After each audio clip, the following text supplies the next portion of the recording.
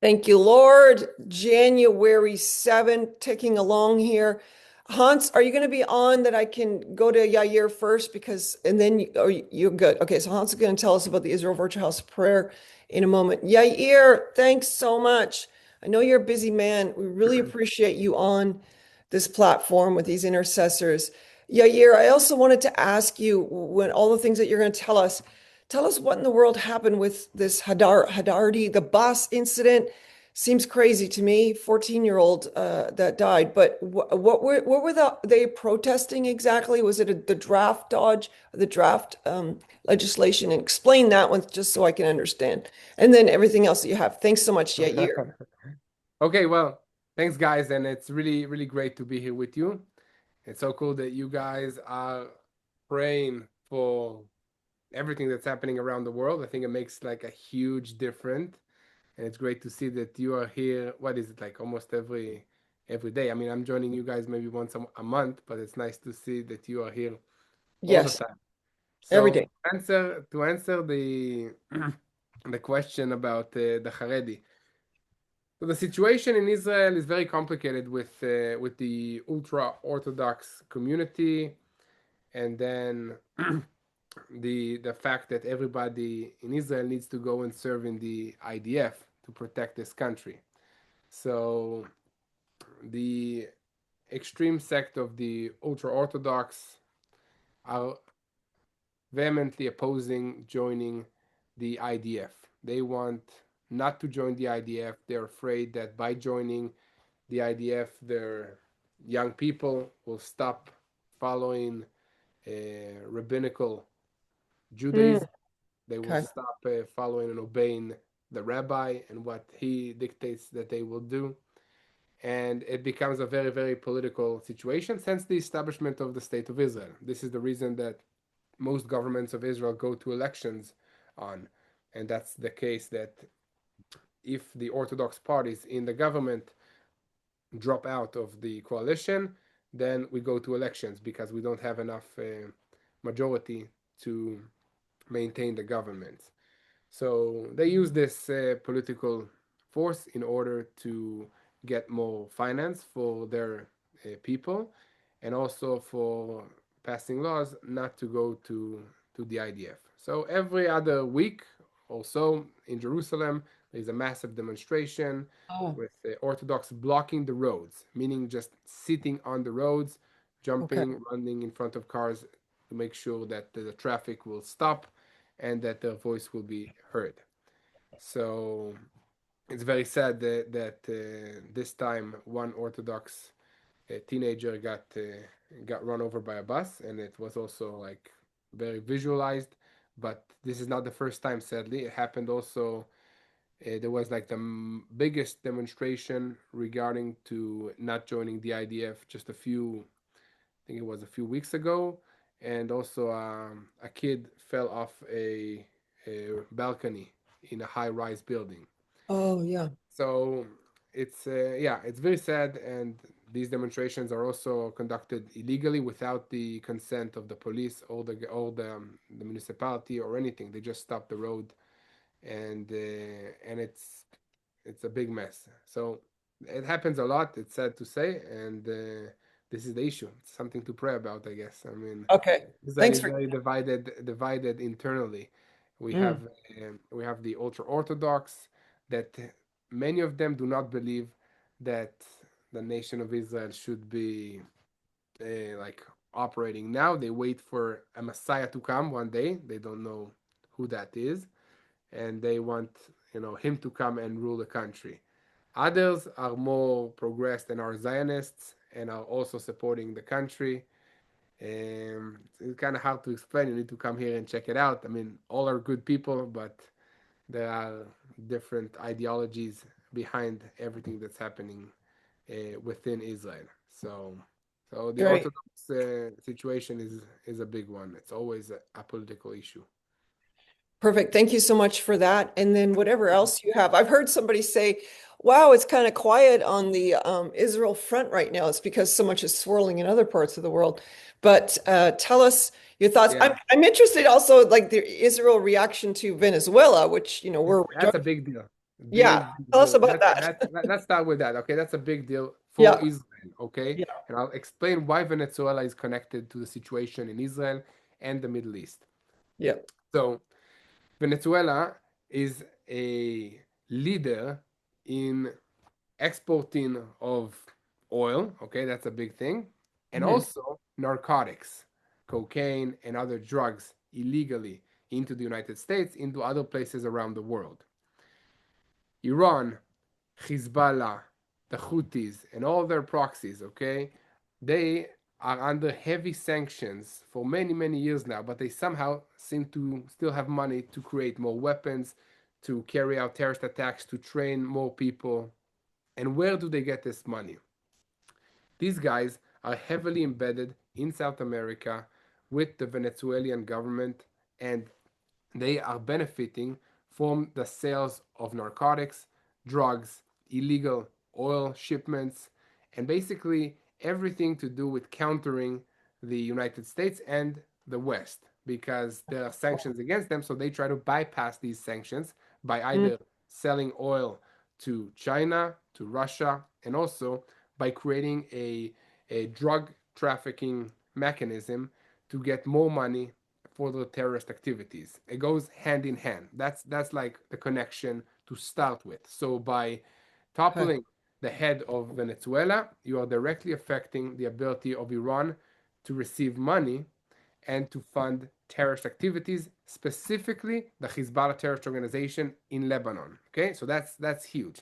And then Okay. on top of that, by targeting the leader of Venezuela, the United States is sending a very, very clear message to the Mm, Ayatollah regime in Iran that they are not safe. No mm, matter where they are, if they're hiding, they are not safe because if the US special forces can go inside a country and bypass all the sophisticated defensive aerial defensive systems and the mm, military there and take the president into the United States for a trial, they can do the same thing to the Ayatollah regime in Iran. They can do the same thing to the leadership of Hezbollah, Hamas, the Houthi terrorist regime in Yemen, and anybody else who threatens the West, Israel, the United States, and everything. And also, it is aligning with the Israeli um, method of dealing with terrorists in the past 2 years, which is taking out the leadership. So Israel has been mm, engaged from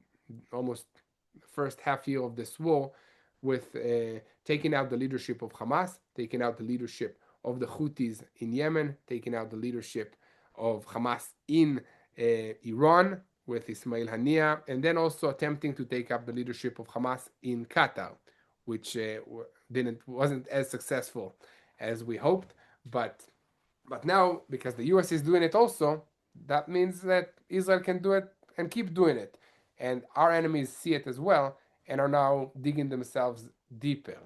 So all of this is good for Israel, but yeah. what's happening now, and people think that nothing's happening in Israel, well, it's not true. It's just because the world, I think, got a bit tired of the situation and looking at the news in Israel. And there was a so-called ceasefire, which, you know, not really holds any kind of ground because Israel is carrying out daily attacks and conflict in the Gaza Strip with Hamas because Hamas still is sending terrorists to the IDF troops. Just 3 days ago, the IDF revealed a undercover rocket launcher with a few barrels that can fire multiple rockets towards Israel that was hidden underneath the ground, loaded and pointing towards the Israeli civilians in the home front of Israel. So Oh, the war is not over. Hamas is still not disarmed of its weapons, which is the first thing that they should do before any kind of movement to the stage B of the ceasefire, in which we're supposed to start rebuilding Gaza. So they will not give up their arms. They are carrying out attacks against Israel, and Israel is responding, also carrying out attacks against terrorists in the Gaza Strip. Same thing happens in Lebanon. The Lebanese army was supposed to dismantle all Hezbollah on the border with Israel and to push them north. What happens now is that the Lebanese army said that they did it, But Israel and the United States are saying, no, you did not. There are still lots of Hezbollah weapons and missiles and terrorists, just they are hiding it in civilian buildings. And the Lebanese army does not want to enter the buildings, knock on the doors of a civilian, and say, give me the weapons of Hezbollah or stop hiding Hezbollah weapons. So there is like underground an issue with this situation.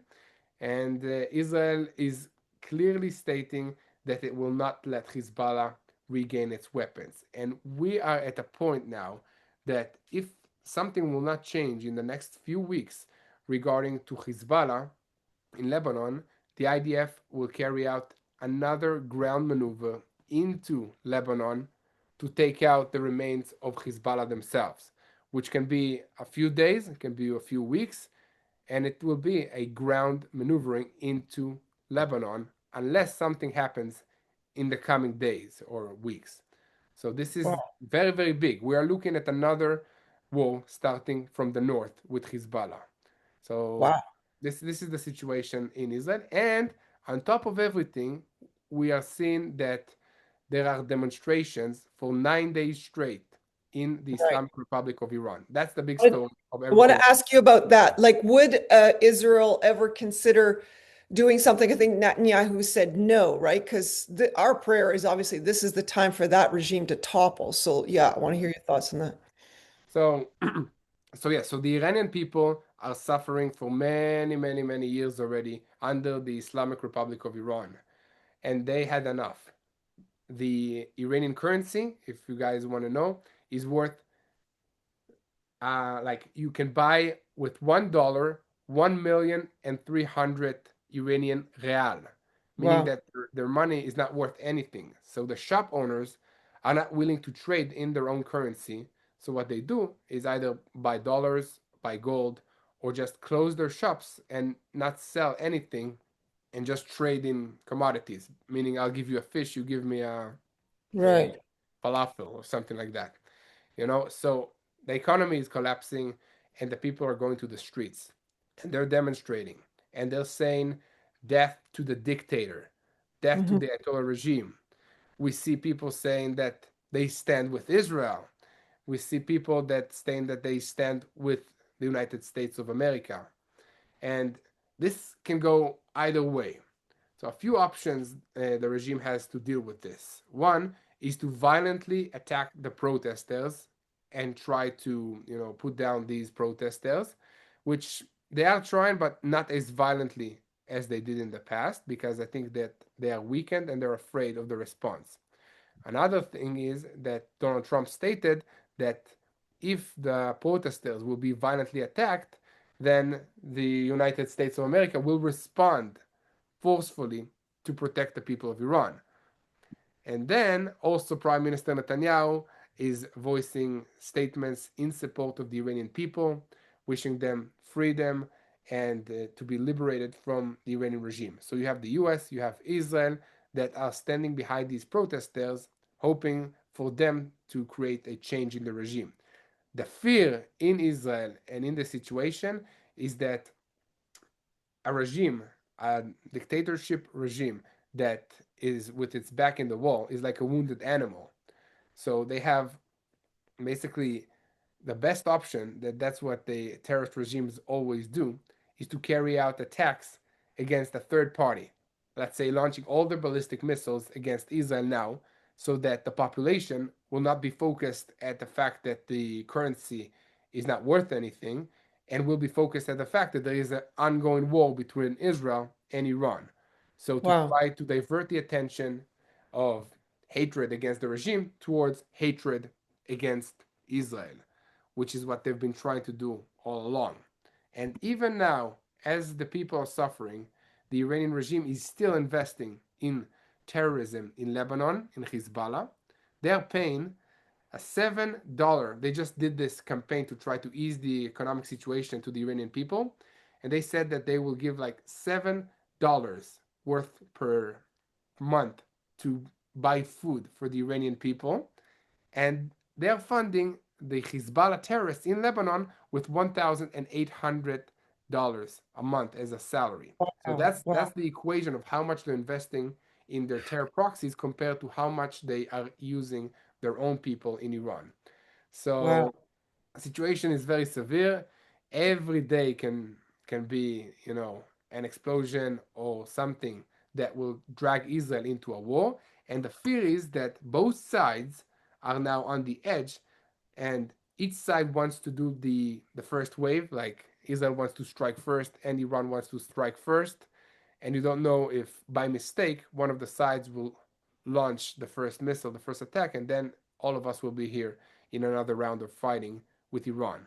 So you have Iran, you have Lebanon. That's the two big fronts. Okay, Wow. and yeah, I don't know if you have any questions It's about that. it's anything but quiet. Okay, no, this Yeah, we love having you on because this is super, super helpful. And so we are going to pray all these different fronts.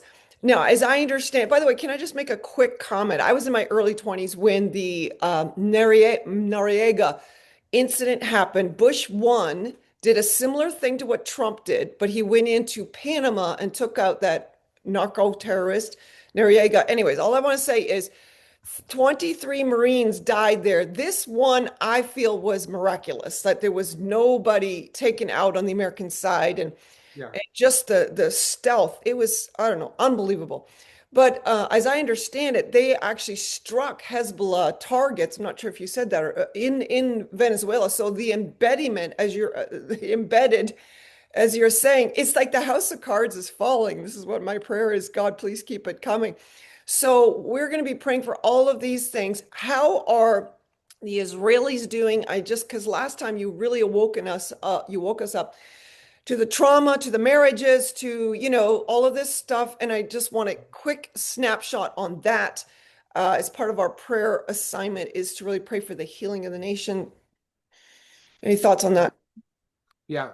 Listen, so since last time, not too much time passed, but I can tell you that the number of Israelis that are going to reserves is still super high, meaning that Okay. husbands or wives are out of their houses defending the country, sometimes very far away from their families, for around 200 days every year. Wow. So family Okay. unit is struggling big time, Okay. and as I said last time, the kids are still in a in the post trauma mode. I mean, we didn't have sirens for a few months now, so that's good. So we can start, to deal with the situation. And the government is trying to, do some programs to help with post trauma and to address these issues, but it's very, very, very little. And I think that we need a lot of prayer on that issue as well. It is getting better because most of the hostages are back home. We have the remains of one hostage Yeah. in the Gaza Strip, and that's a big, big sign, and it's a big step for the nation to start and get better. But yeah, it's something that Israel will need to deal with for the next, I would say, 20 years, 25 years. Just it's a whole generation that needs to deal with traumas Yeah. of this war. Okay.